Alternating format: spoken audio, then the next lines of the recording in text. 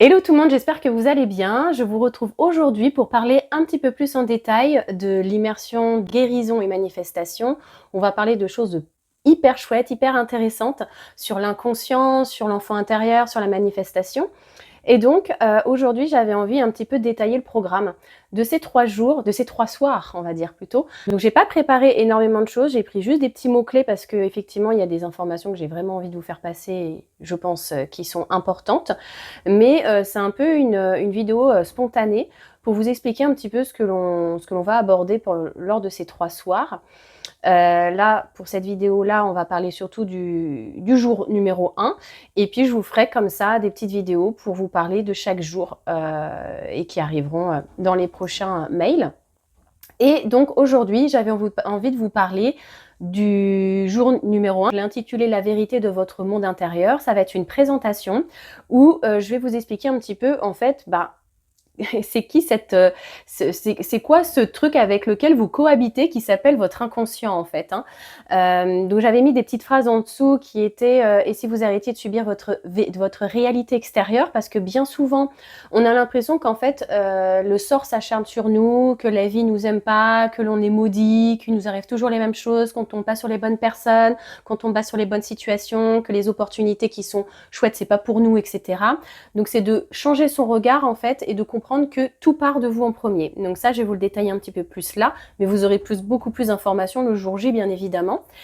Et je vous avais mis, et si vous preniez enfin votre pouvoir depuis l'intérieur, donc là c'est l'idée, là où tout commence, parce que c'est ça en fait. En avançant sur mon chemin en fait de guérison, j'ai compris que tout ce qui m'arrivait finalement, je me le manifestais. Donc ça, bon, la manifestation, on en parlera un petit peu plus dans le jour numéro 3.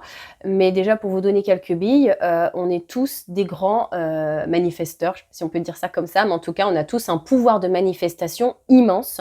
Sauf que, en fait, la manifestation, elle se base sur vos pensées, sur ce qui se passe à l'intérieur de vous, sur toutes les énergies, les émotions, les pensées, le ressenti que vous entretenez au quotidien. Donc, si vous êtes très négatif, si vous avez encore des blessures inconscientes, si vous avez encore des pensées qui en fait se jouent de manière inconsciente dont vous n'avez pas la main, en fait vous allez reproduire des schémas sans le vouloir et surtout sans le comprendre et de manière voilà, un peu sans avoir les rênes dessus quoi, sans pouvoir avoir le contrôle dessus, si je peux dire ça comme ça, même si j'aime pas trop le mot contrôle, mais voilà, avoir la maîtrise dessus, on va dire plutôt. Et vous allez vous dire, mais en fait, pourquoi c'est toujours à moi que ça arrive, etc., etc. Alors qu'au final, vous rejouez des blessures, tout simplement, hein. Vous rejouez des blessures, vous rejouez des traumas, vous rejouez des expériences douloureuses. Et voilà, c'est comme ça que naissent les schémas répétitifs. Mais en tout cas, déjà, pour revenir au sujet, ce jour 1, cette première soirée, on va vraiment, enfin, je vais vous expliquer comment fonctionne votre inconscient. Vous ayez un maximum de billes pour comprendre ce qui se passe à l'intérieur de vous. Parce que même si je sais qu'il n'y a pas besoin de comprendre pour guérir, de comprendre déjà, c'est une très bonne clé pour déjà déculpabiliser et pour déjà reprendre un peu le pouvoir à l'intérieur de soi. Et que vous compreniez à quel point vous êtes puissant, puissante, à quel point vous avez le pouvoir à l'intérieur de vous. Donc déjà de comprendre que votre inconscient, c'est comme un GPS intérieur, c'est comme un GPS de voiture. Votre inconscient, c'est pas un ennemi. C'est une part de vous qui est là pour vous protéger. Alors, il gère plein de choses, hein. Il gère votre mémoire, il gère vos fonctions biologiques, il gère votre digestion, votre respiration, les battements de votre cœur, il gère vos émotions, il gère plein de choses. Et il gère aussi tout ce qui est l'aspect effectivement émotionnel, trauma, blessure, mémoire, passé, etc., etc. Donc là, je reviendrai un peu plus dans le détail au moment de l'immersion, bien évidemment. Là, c'est une présentation assez rapide, mais c'est pour vous donner déjà des grandes lignes. Et en fait, ce GPS intérieur, cet inconscient-là, il gère, ce qu'il faut savoir, c'est qu'il gère près. Alors, je ne sais pas si le chiffre est exact, mais en tout cas, l'idée est là, c'est près de 90 à 95% de vous. C'est-à-dire qu'il influence vos choix, vos comportements, vos décisions à hauteur de 90-95% dans votre vie. Donc imaginez un peu la place qu'il prend. Donc même si consciemment vous voulez des choses, si inconsciemment vous êtes complètement traumatisé, par exemple, exemple tout bête, consciemment je cherche l'amour, je veux trouver le ou la partenaire qui me correspond, je veux vivre un bel amour, etc. Mais inconsciemment je suis traumatisée parce que je sais pas, petit, j'étais traumatisée par mon père, par ma mère, qui était stricte, qui m'aimait pas, qui m'ont pas apporté de l'amour, qui m'ont peut-être, ou qui m'ont aimé, mais qui m'ont fait subir des émotions très lourdes, fait sentir de l'abandon, du rejet, ou alors j'ai vécu avec mes partenaires des expériences traumatisantes dans l'intimité, la sexualité, etc., etc. Bah, en fait, vous voulez rencontrer quelqu'un consciemment, mais en fait, votre inconscient, lui, il va se dire c'est danger, ce domaine-là, c'est danger. Donc, il va sûrement vous auto-saboter, vous mettre des bâtons dans les roues, faire en sorte que, bah voilà, cette relation, même si elle a l'air super, il va faire en sorte que vous la sabotiez. Et ça, je vous donne un exemple sur le domaine amoureux, mais ça peut se répéter sur plein de domaines de votre vie. Donc, c'est de comprendre déjà que cet inconscient, il prend une place importante à l'intérieur de vous. Et il est câblé sur le passé, cet inconscient, c'est-à-dire qu'il est câblé sur ce que vous avez vécu quand vous étiez enfant. Souvent de 0 à 7 ans, on se construit. En fait, c'est là qu'on construit toutes les parts de soi et que l'on va vivre nos premières blessures, souvent avec nos parents, que l'on va créer notre ego, qu'on va créer nos parts de protection et que notre inconscient va commencer à se forger. Donc en fait, cet inconscient, si vous n'avez pas été le revisiter, le mettre à jour, aller voir les parts de vous qui sont blessées, qui sont traumatisées, en fait, tout se cristallise tel quel. Donc il y a des parts de vous qui peuvent encore être emprises par des blessures passées, par des traumas, par des expériences négatives qui font que c'est difficile pour vous d'avancer. Donc ce qu'il faut comprendre, c'est qu'en fait, il est câblé sur le passé et il renferme un peu comme une boîte noire. Il a enregistré tout depuis que vous existez sur cette terre et il renferme bien sûr votre potentiel, vos capacités, vos ressources, votre personnalité unique, authentique, etc. Donc c'est un précieux allié au quotidien. Mais en même temps, il a enregistré aussi toutes vos expériences négatives, vos expériences douloureuses, vos traumas, vos blessures d'enfance, etc. Donc il a enregistré les deux. Et lui, il vous protège à sa manière. Il vous protège comme lui, il pense que c'est bon de vous protéger. Donc, s'il a enregistré des choses qui lui paraissent, voilà, par exemple, il vous protège à sa manière, c'est-à-dire que lui, l'inconscient, il n'aime pas le changement. Parce que pour lui, le changement et l'inconnu égale danger, parce qu'il ne connaît pas, il ne maîtrise pas. Donc, en fait, il préférera vous maintenir dans un enfer connu que vous alliez dans un paradis inconnu. Parce que l'enfer connu, il connaît et maîtrise. Et puis si vous avez enregistré dans le passé que l'amour, par exemple avec papa et maman, l'amour égale abandon, l'amour égale humiliation, l'amour égale rejet, l'amour égale injustice, même si ça vous fait souffrir et que vous voulez plus ça aujourd'hui, votre inconscient, il l'a enregistré de cette manière. Donc il va peut-être pouvoir rechercher ou il va peut-être être attiré par des personnes et des situations qui vont vous rejeter, qui vont vous abandonner, etc., etc., et vous rejouer au fur et à mesure ces schémas. Donc c'est pour ça que c'est important de mettre à jour son inconscient, parce que si votre inconscient il n'a pas été mis à jour, alors souvent la vie de manière naturelle, elle remet à jour, hein, c'est-à-dire que vous pouvez par exemple, je continue dans les relations amoureuses, rencontrer une personne formidable, au début vous allez être un peu sur vos gardes, etc., puis vous voyez que ça va bien se passer, puis ça va réenregistrer, réencoder des nouvelles expériences à l'intérieur de vous. Mais des fois la vie ça suffit plus.